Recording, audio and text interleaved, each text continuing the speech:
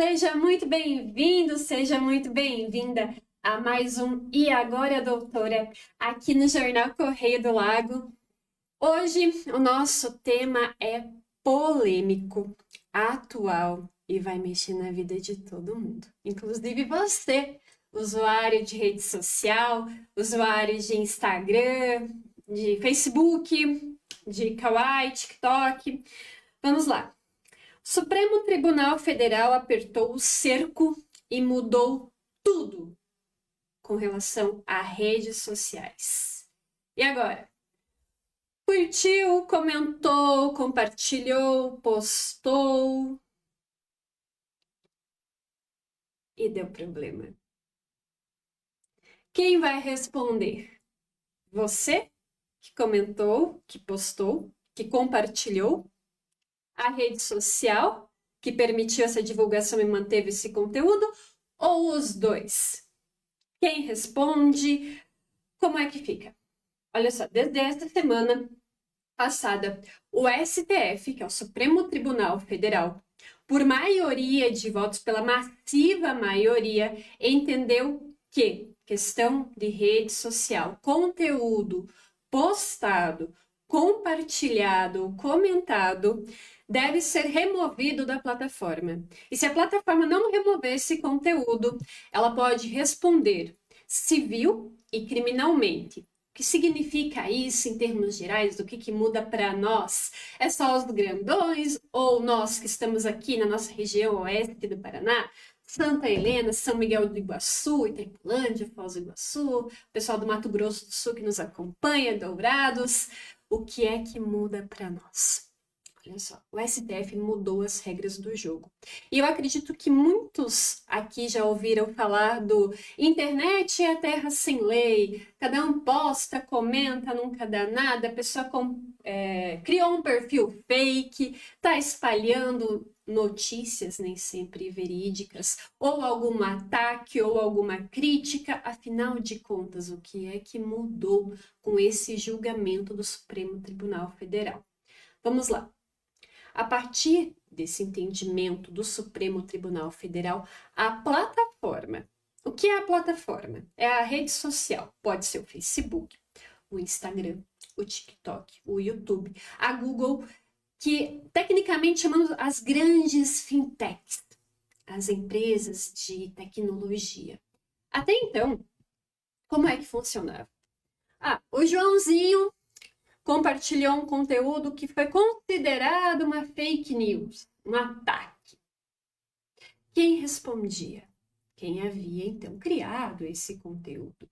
E a pessoa que compartilhou aquela questão, ela sabia que era uma fake news ou ela não sabia que era uma fake news? Então, analisava-se muito a questão da intenção daquele que compartilhava. Claro que, se você compartilhava um conteúdo, vazou um nudes e você compartilhou, automaticamente você estava, sim, cometendo um crime. Mas agora o jogo muda em que sentido? É que a plataforma aonde foi postado esse conteúdo, onde foi compartilhado, como funcionava antes? A plataforma ela era notificada.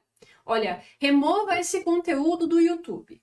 Remova esse conteúdo do Facebook, remova esse conteúdo do X, o antigo Twitter. E se a plataforma não obedecesse a essa determinação judicial, aí sim ela era multada.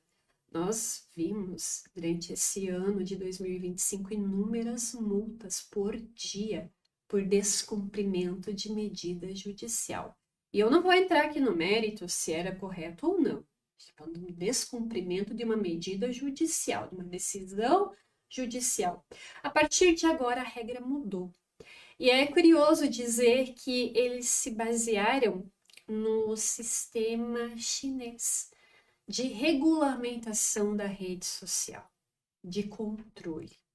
Há quem diga que se trata de uma censura velada. E eu explico o porquê nesse episódio do E Agora, Doutora. Pensem comigo, vamos refletir aqui. Um conteúdo. Quem vai dizer ou vai determinar, ou que regra que vai ter, se é uma crítica ou é um ataque? Porque se eu tenho um opositor eu não concordo com o que ele diz, uma pessoa pública, e eu me manifestar contra, pode não ser um ataque. Mas e se alguém entender que isso que eu estou fazendo é de fato um ataque? Ou é uma fake news? Ou é uma notícia inverídica e aumentada? Então, a plataforma, uma vez comunicada, sabe aquele denunciar que tem os 3 pontinhos? A plataforma foi notificada de que aquele conteúdo ele viola as diretrizes da comunidade. E se a plataforma não remover imediatamente, a plataforma vai ser obrigada a indenizar a pessoa que se sentiu lesada, bem como ela pode responder criminalmente. Ah, doutora, mas criminalmente em que sentido? Crimes contra a honra, injúria, calúnia, difamação, também por espalhar notícias inverídicas, houve um dano, uma pessoa se sentiu, né, prejudicada de algum modo, a plataforma vai responder e não somente o usuário.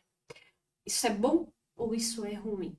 A resposta é claramente depende.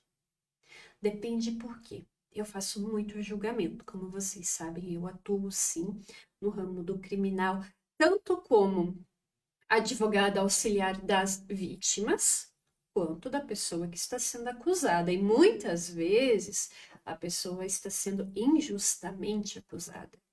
E é aí que entra o papel do advogado, tanto para defender a vítima, como assistente de acusação, quanto para defender a pessoa que está sendo acusada, para que ela tenha um julgamento justo.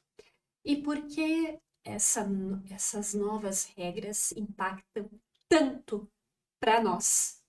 E aqui eu falo nós no sentido geral, autoridade, pessoa pública ou anônimo. Por quê? Se for detectado que se trata, por exemplo, de um golpe, a pessoa criou um fake. A pessoa criou um fake e ela começa a falar mal de todo mundo. Começa a falar mal de político, de vereador, de prefeito. E ninguém sabia quem era esse fake. Ainda é complicado até você oficiar a plataforma chegar no IP, chegar naquela conta, derrubar a conta. Era um longo caminho, um longo caminho. E muitas vezes, até lá, a pessoa já tinha excluído aquele perfil. E, de fato, no digital é mais complicado de constituir prova. Estamos falando de um fake nesse exato momento. Então, o que vai acontecer? O perfil fake ofendeu determinadas pessoas. Então, alguém foi lá e denunciou, notificou a plataforma de que, olha, essa pessoa aqui está fazendo algo errado, esse perfil aqui está atacando outras pessoas, esse perfil aqui está cometendo calúnias, injúrias e difamações. E a rede social não remover esse conteúdo, você que foi prejudicado pode processar a rede social. A partir de agora, a plataforma ela é responsável pelo que o usuário faz e fala, escreve. E é curioso dizer isso porque vocês acreditam que até figurinha do WhatsApp pode ser motivo de um processo? Se alguém fez uma figurinha sua e você está se sentindo rechaçado, ofendido, a pessoa está fazendo mau uso da sua figurinha, você pode, assim, fazer os prints, fazer as capturas de tela de grupos, de conversas e, sim, buscar uma indenização, inclusive com figurinha de WhatsApp. Se você não sabe, você está sabendo agora. Então, olha só. Se eu fui prejudicada por um comentário e eu não consigo localizar a pessoa que o fez, porque pode ter se ocultado através de um perfil fake, aquela plataforma em que aquele comentário está, ela vai responder se ela não remover aquele conteúdo quase que imediatamente. O que é bom, porque antes, de fato, era muito simples a pessoa querer ofender alguém, prejudicar alguém, acabar com a imagem social de alguém e se esconder atrás de um perfil fake. Então, pensando por essa ótica, é bom. Mas o perigo, ele mora nos detalhes. Por quê, doutora? Porque eu posso estar expressando a minha opinião apenas e não digo inimigo, algum desafeto, alguma pessoa que não goste de mim ou uma crítica ao governo pode ser considerada ataque. E aí vem algo que todos nós tememos, a censura.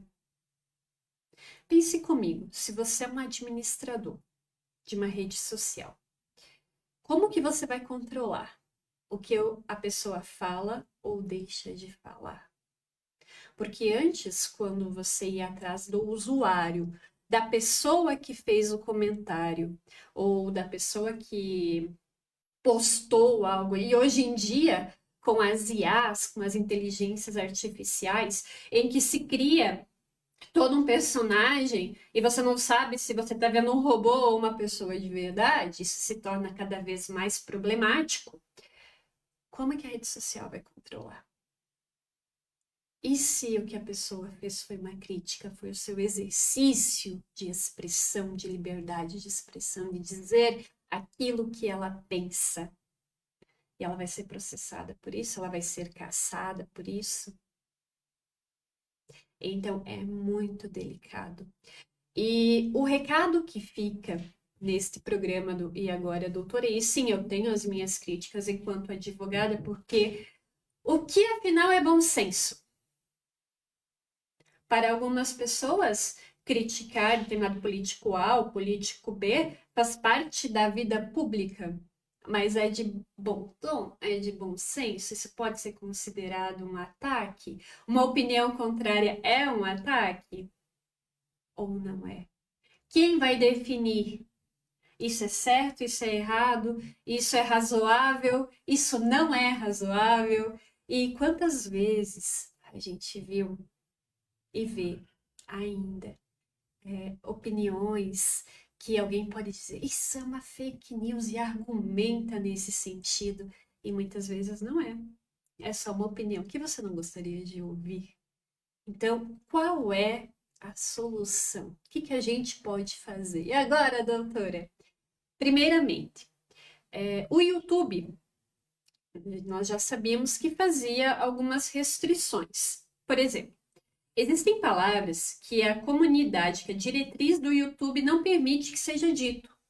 Se a pessoa que está gravando o vídeo na plataforma do YouTube dizer essas palavras, se for detectado pelo algoritmo do YouTube, o vídeo é censurado, o vídeo cai. E eu digo isso no sentido de discurso de ódio, de perseguição a determinadas pessoas, determinadas figuras. O YouTube, o algoritmo, identificava e derrubava aquele vídeo. E eu não falo só de desmonetização, no sentido de que a pessoa não ganhava mais dinheiro com aquele vídeo. O vídeo era cortado da plataforma, o algoritmo ele já funcionava. Você pode utilizar essa plataforma de acordo com esses termos de uso. Sabe aqueles termos de uso que todo mundo vai lá e rola, rola, rola? Aceito, líder, claro, e ninguém leu nada? Pois muito que bem, é disso que se trata. O YouTube já fazia esse controle. Tanto é que se funcionava bem ou não é outra questão. Mas havia, né, o YouTube para crianças, com um conteúdo um pouco mais selecionado, e o YouTube aberto, né? Para quem quisesse postar, enfim, o algoritmo identificando discurso de ódio ou alguma outra palavra que não era bem aceita, esse vídeo já era automaticamente removido. Acontece que agora, se a plataforma não remover, ela é totalmente responsável pelo que é dito, pelo que é propagado, e não somente a plataforma, mas o usuário também. Então, condena-se os dois. Quem permitiu o conteúdo, quanto quem falou esse conteúdo. E eu digo assim, não somente postagem, tá? Um comentário na rede social, alguém vai lá e faz um print. Ai, doutora, mas eu escrevi, mas eu apaguei. No mundo digital, basta um print. Nem toda informação ela de fato deixa de existir só porque você excluiu aquele comentário. Então, mais do que nunca, para evitar problemas, é necessário pensar antes de escrever, pensar antes de falar, porque se a rede social chegar a ter algum prejuízo por causa de você, o usuário, com certeza a empresa, a Big Tech, em tech, e você tem o seu perfil, que você não paga para ter o perfil lá, que teoricamente a gente não paga nada, ela vai sim ir atrás de você. Não pense que ela vai amargar o prejuízo sozinha. Só que isso é muito perigoso, sabe? É extremamente perigoso. Especialmente porque em 2026 nós teremos campanha eleitoral. E aí pode haver sim um mau uso dessa ferramenta. Então é uma discussão que a gente tem que levar em conta. O STF tomou o partido, agiu para além daquilo que deveria, e nós vimos declarações, inclusive, dizendo, de alguns ministros dizendo: olha, se o Congresso não se manifestar, a gente vai agir. Ou seja, de algum modo iria haver esse fechamento desse cerco. Só que não esperávamos que fosse de um modo tão taxativo. O que é taxativo? Dou a canetada, mandei, fiz e a partir de agora é assim. Você querendo ou você não querendo, é assim. E no Congresso nós temos sim o exercício da democracia através dos nossos representantes, que são os deputados, os senadores. Então, essa discussão, ela não foi aprofundada, ela foi taxativa. A partir de hoje, a rede social, a plataforma, ela vai responder pelo conteúdo do seu usuário se ela não remover. E aí você pode se sentir injustiçado, mas eu só critiquei o governo A, a posição B, eu não espalhei uma fake news. Você vai ter que contestar. Sabe aquilo que a gente chama de provar que o focinho de porco não é tomada? É sobre isso. Nós temos que sim ficar atentos para que amanhã depois você que está na sua casa agora ou no seu trabalho não receba uma cartinha, uma intimação judicial sobre um comentário que você fez na rede social. Ou pior, sabemos que muitas pessoas utilizam sim a rede social para trabalho, que patrocinam conteúdo, que faz as suas vendas. Afinal, quem não é visto não é lembrado.